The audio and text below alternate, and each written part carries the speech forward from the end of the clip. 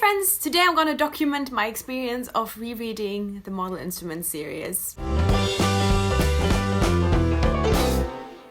So it is currently the end of March and I'm planning to spend this video over how many, months it might go. I am planning to reread the Mortal Instruments and I guess the Infernal Devices too. I want to read them in publication order, and I just thought that it would be fun to kind of document that. I'm not actually gonna vlog. I just want to kind of sit down and talk about what I feel about the books, once I finish them. I have already reread City of Bones by the time I'm filming this, but I have come up with kind of what I'm guessing I'm gonna rate every book before I started. So I originally read the Mortal Instruments in 2013, at least the 5 books that were out at that point. And then I think I read Clockwork Angel that year as well. And then in May 2014, when City of Heavenly Fire came out, I read Clockwork Prince, Clockwork Princess, and then City of Heavenly Fire. I gave all of the Mortal Instruments books 5 stars. I was just obsessed with the Mortal Instruments, and it was right when I started my channel. I didn't really know my reading tastes very well yet, and I, in general, just didn't really know how much amazing YA would be out there. And there wasn't, like, a lot of the books that I read today, especially when it comes to the queer fiction, wasn't out there. And so I gave them all 5 stars because I just loved the character so much and I thought that the world was so intriguing, and I'm also just trash. But I think that I'm gonna have a different experience with some of the books, at least. So let me tell you what I'm guessing I'm gonna rate the books. So I guessed I'm gonna give City of Bones 4 stars, City of Ashes 3 stars, City of Glass 5 stars, City of Fallen Angels 2 stars, City of Lost Souls 5 stars, and City of Heavenly Fire 5 stars. So I can tell you already that my prediction of 4 stars for City of Bones already came true. I had an incredibly enjoyable experience rereading City of Bones, which I was not expecting. I honestly did not think that I would love it as much as I did, but I had so much fun rereading it. I truly loved the experience, and I was just so happy because I was really scared what I would feel about the story, about the characters, about the things that happen in the story. And honestly, I think that this book holds up incredibly well. And I know I am in the minority with that, but I truly think that it is still a really good book. And Cassandra Clare knows what she's doing. I was really impressed. I was really truly impressed, and the 4-star rating came so easy.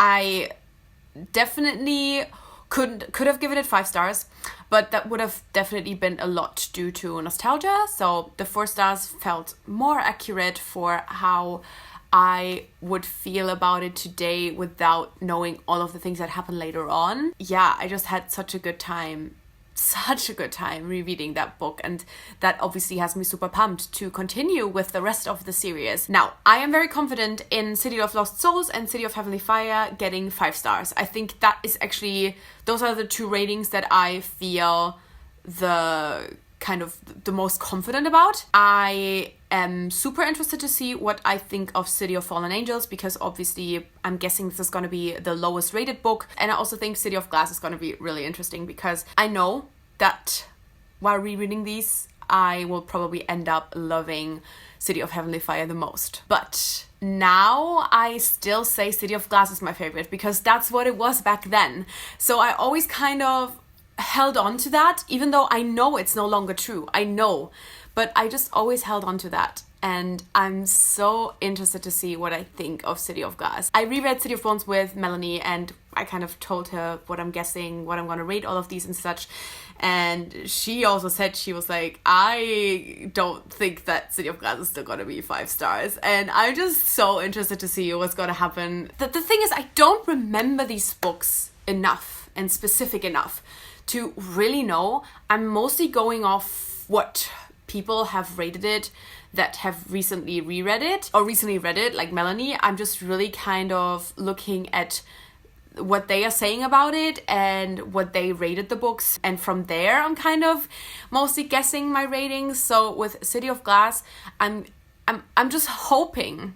I'm hoping it's still gonna be a 5-star read, but that I'm definitely not sure about at all. Yeah, I think I honestly went into this being a little bit scared. I was really scared I would ruin my feelings about the series and I would like ruin my nostalgia, but not at all. Like on the contrary, I actually feel even more validated in how much I love these books back then and how much I love these characters. Like I'm still Jace trash, 100%. I still love Jason Clary so much.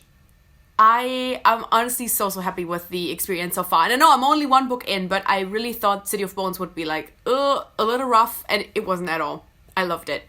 So, yeah, I'll see you after I finish City of Ashes. Let's hope I'm still this optimistic and hopeful then. So I honestly don't even know where I left this video off, but here we are. It is August. I finished City of Ashes in... When did I finish City of Ashes? Was it in July or was it in June? It was a little while ago anyway.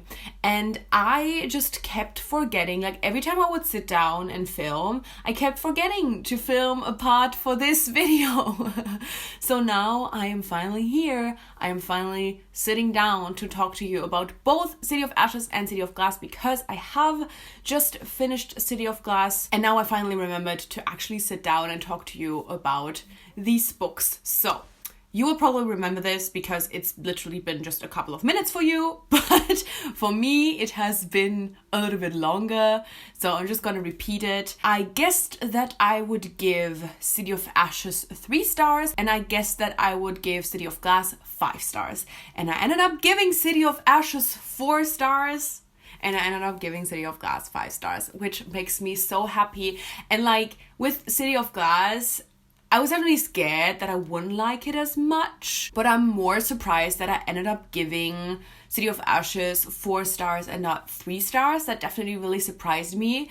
But then at the same time, I feel like all of you watching are probably like 0% surprised, because like you all know what a trash bag I am when it comes to the Mortal Instruments, when it comes to Jace and Clary, and so I feel like nobody actually should be surprised. Let's be real.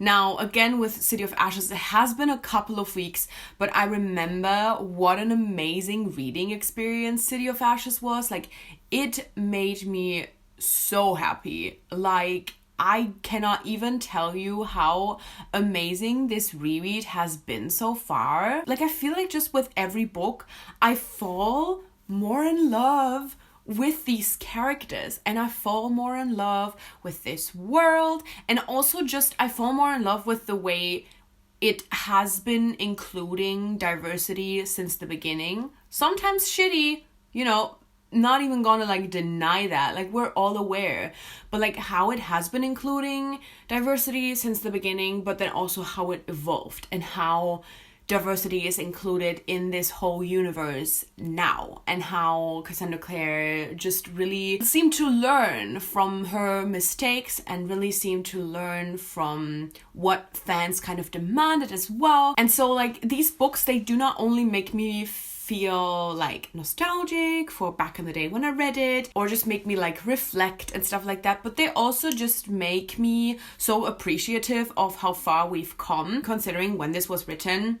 Looking what kind of YA books are still out there, it's kind of like, wow, this is not even that bad. So yeah, I just really like unapologetically love these books, and I think that they hold up well in this day and age. And I think that they are, for me, they are still good books. Like I can now, after reading the first 3, I can now 100% say that I do not just love them for nostalgic reasons. I genuinely still enjoy reading these books.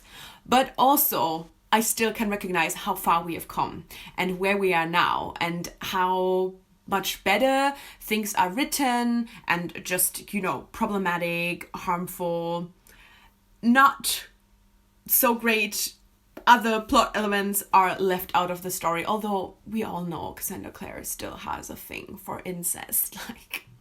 But yeah, anyway, I just really had such a fun time. Again, City of Ashes really, really surprised me, and like, I just... Am I gonna actually out myself, not just as a trash can, but as a big pile of trash. I am the trash that makes turtles in the sea choke. Like, I just think that the angst in City of Ashes, let's not talk about why it's created. Let's not talk about the whys. Let's just look at the angst in and of itself. It is some of the best angst. This is one of the best angsty romances. 100%. 100%. And as someone who really fucking loves angsty romances, especially angsty romances where I already know everything is gonna turn out fine, and I mean in this case it turns out perfectly fine, I just am a trash can bag pile for it. But you know, obviously, still City of Glass, like the ending of City of Glass is still just my fucking favorite. And I looked at my Goodreads updates from when I read this 6 years ago, and I kind of said like, oh my god, like, why did this series not end here? I'm scared for what's to come, something like that. And it's so funny because back in the day, I didn't know that the Mortal Instruments was initially supposed to be just this trilogy. I didn't know that when I read these originally, but now I'm like, it feels so right, and it makes totally sense that this is actually like where the series was kind of supposed to end. But the ending of City of Glass is really what manifested the 5 stars for me. I really throughout the book wasn't 100% sure, especially because like some parts I definitely knew I liked this more than City of Ashes, but I wasn't really sure if I actually liked this more than City of Bones. And I'm still thinking about City of Bones, and I'm actually still thinking if I should go back and change my reread rating of City of Bones to 5 stars, because it's still, I feel like it really just stayed with me. And then obviously I also watched the movie with Melanie, which just made me appreciate just everything about City of Bones more as well, which I know like the movie shouldn't influence my opinion of the book, and like obviously the movie is by no means a perfect adaptation, but it just makes me think of all the things, and it just makes me think of how this is the beginning to it all, and just how much I love it, and how much I love getting introduced to the characters. Anyway, so I was kind of like, do I like this more than City of Bones, or do I like City of Bones more? But then, yeah, the ending just manifested for me that I just love City of Glass, and that City of Glass will always be just a really, really special book for me. And it made me cry. It made me cry several times, which I feel like not many people cry in City of Glass, or like in general in the Mortal Instruments, except for maybe a couple of people like cry in City of Heavenly Fire. But like City of Glass, like, I don't know, I would say probably the last like 50 to 100 pages made me cry like 3 or 4 times. I am just, I don't know, I think it's something about the way Cassandra Clare writes as well that just really speaks to me emotionally. So I think she just really gets me emotionally as well.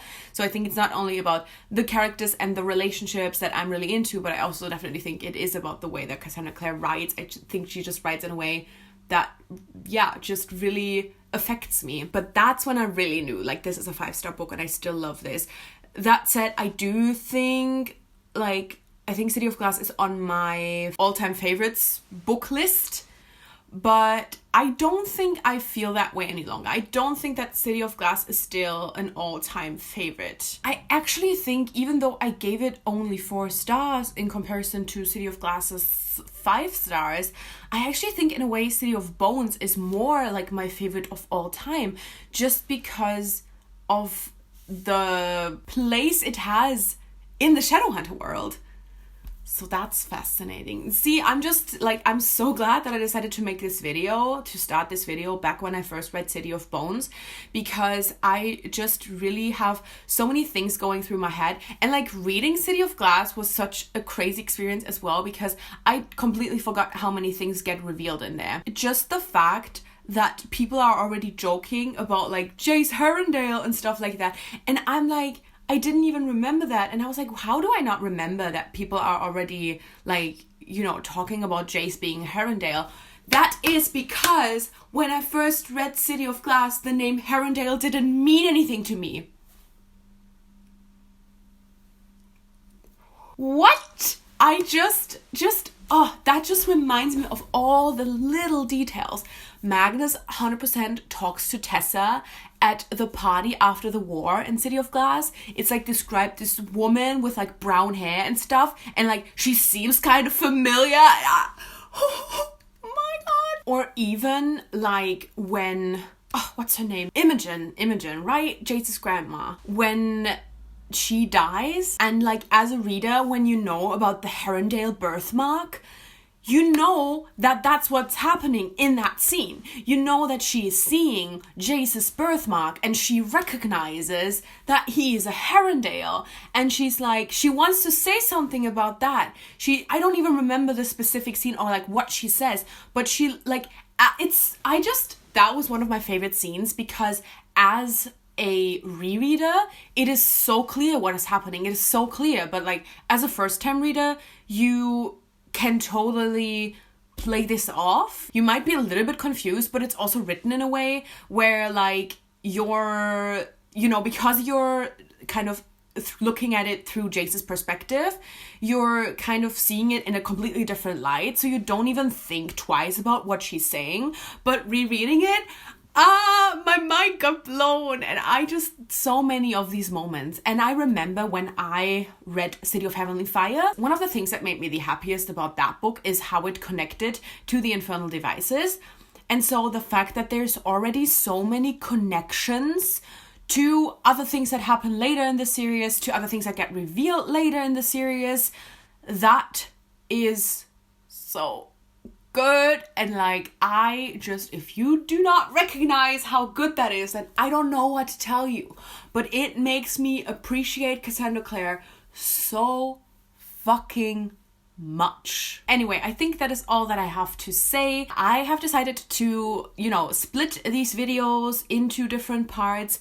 I feel like it is just a very good point to end this video right here, to have this one video about the first 3 books in the Mortal Instruments, and then I don't really know how I'm going to continue, because I will reread the Infernal Devices as well. So that means that I will kind of read them, like Clockwork Angel and then City of Fallen Angels, and that kind of order. So I don't really know how I'm gonna do this second video, if I will just put Infernal Devices and second part of the Mortal Instruments together, or whatever I will do. I don't really know, but I just think that right now is a really, really good point to end this video, especially because what I said in the beginning of the video, like just how I think I will feel about the books and what I think I will rate the books, I think maybe I will reevaluate that when I start the next video, just because now that I've already reread 3 of the books, I think that maybe that has changed how I think I will feel about the other books, if that makes any sense.